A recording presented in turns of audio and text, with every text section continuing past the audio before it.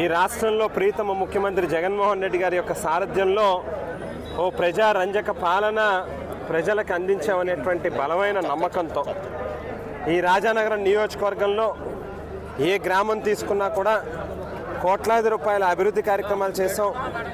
ఏ గడపకి వెళ్ళినా లక్షల రూపాయలు ప్రజల అకౌంట్లో వివిధ పథకాలకు సంబంధించినటువంటి లబ్ధి పొందేటట్టుగా చేసాం. వేల మందికి ఇళ్ల పట్టాలు ఇచ్చాం.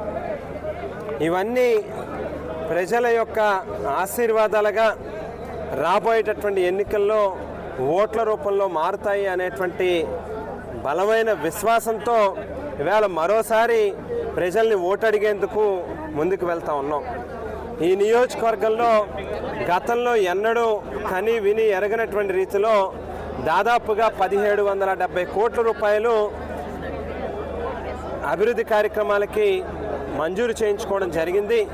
1370 కోట్ల రూపాయల సంక్షేమ పథకాలకి 20,178 కుటుంబాలకి ఇళ్ల పట్టాలు ఇవ్వడం కానీ, సాగునీరు అనేటువంటిది పుష్కలంగా ఇచ్చి ప్రతి రైతు కూడా ఆర్థికంగా నిలదొక్కుకోగలిగేటటువంటి పరిస్థితిని రెండో పంటకి సైతం నీళ్ళు ఇచ్చి వాళ్ళందరినీ కూడా ఆదుకునేటటువంటి కార్యక్రమం చేయడం కానీ, ముఖ్యంగా ఎన్నికలకి ముందు ఏదైతే ఆవేళ మాట ఇచ్చామో ఒక్క ఓటేస్తే ముగ్గురం పనిచేస్తాం అనేటువంటి మాటని ఈవేళ అమ్మ, నేను, తమ్ముడు మా ముగ్గురికి అదనంగా నా సతీమణి కానీ, లేకపోతే నాన్నగారి పేరు మీద స్థాపించినటువంటి జక్కంపూడి రామ్మోహన్ రావు ఫౌండేషన్ కానీ నిరంతరం ప్రజల కోసం అనేక కార్యక్రమాలు నిర్వహిస్తూ ప్రజల్లోనే ఉన్నాం. సహజంగా శాసనసభ్యులనంటే ఎన్నికల్లో కనిపిస్తారు, ఓట్లు అడుగుతారు. ఎన్నికల అనంతరం మళ్ళీ 5 ఏళ్ల తర్వాత కదా ప్రజలతో పని అని చెప్పి ముఖం చాటేసే కార్యక్రమం చేస్తారు. కానీ ఏనాడు కూడా ప్రజల్ని విడిచిపెట్టలేదు. కోవిడ్ లాంటి విపత్కరమైనటువంటి సందర్భంలో కూడా ఇంట్లో కూర్చోకుండా మామూలు రోజుల కంటే కూడా ఎక్కువ సమయం ప్రజల కోసం పనిచేసాం.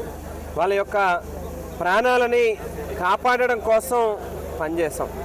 ఇవాళ ఇవన్నీ కూడా డెఫినెట్గా మా విన్నింగ్ సక్సెస్కి, విన్నింగ్ ఫార్ములాకి ఖచ్చితంగా ఉపయోగపడుతుంది అనేటువంటి నమ్మకాన్ని వ్యక్తం చేస్తూ, వీటన్నిటితో పాటుగా ప్రధానంగా వైఎస్ఆర్ కాంగ్రెస్ పార్టీకి బహుశా ఆంధ్ర రాష్ట్రంలో 175 నియోజకవర్గాల్లోనే ఎవరికి కూడా లేనంత బలమైన పార్టీ క్యాడరు ఇవాళ రాజానగరం నియోజకవర్గంలో ప్రతి గ్రామంలోని కూడా ఉంది అనేటువంటి విషయం వాస్తవం.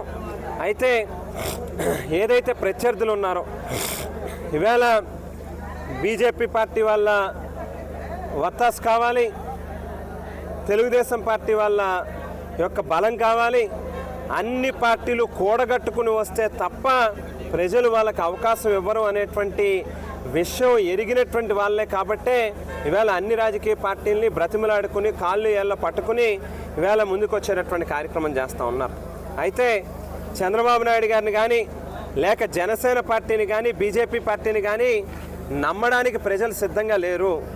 2014 ఎన్నికల్లో ఒకసారి మోసపోయాం, మన చెవుల్లో పువ్వులు పెట్టారు, రెండోసారి మళ్ళీ వీళ్ళని నమ్మకూడదు అనేటువంటి ఉద్దేశంతోనే ప్రజలందరూ కూడా మరోసారి ఈ 3 రాజకీయ పార్టీలని కూడా చేత్కరించడానికి ప్రజలు సిద్ధంగా ఉన్నారనేటువంటి మాటను కూడా తెలియజేస్తూ ఉన్నా.